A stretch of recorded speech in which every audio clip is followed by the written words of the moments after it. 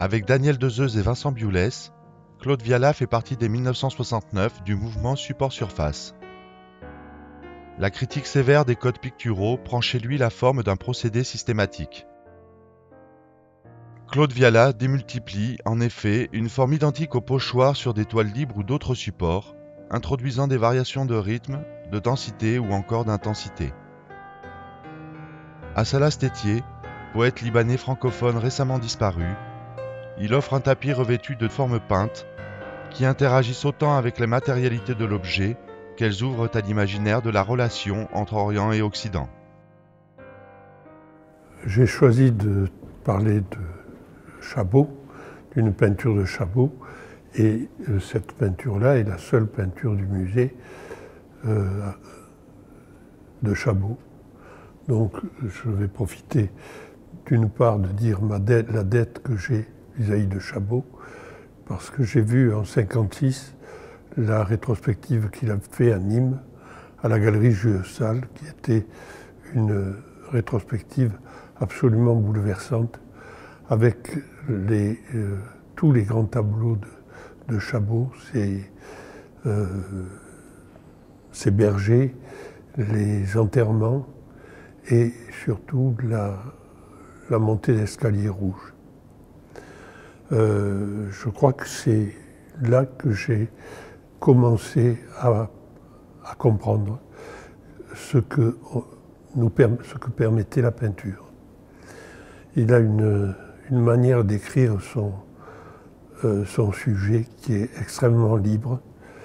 La toile qui est là est une toile qui est bâtie sur deux horizontales et des diagonales qui se croisent, très basses, avec une économie de couleurs de blanc, de noir et de vert kaki et de bleu.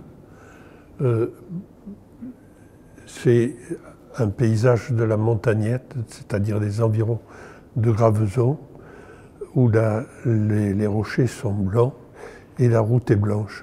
Et effectivement, dans beaucoup de toiles de Chabot, à la fois de cette époque et ultérieure, les chemins sont traités en blanc. C'est une toile qui peut passer pour un paysage de neige, mais on se rend compte qu'il n'y a pas de neige sur les arbres et que les blancs, c'est d'une part des rochers, d'autre part la route et une petite maison qui est complètement tankée sur la partie droite du tableau, avec des pins, la représentation de pins en masse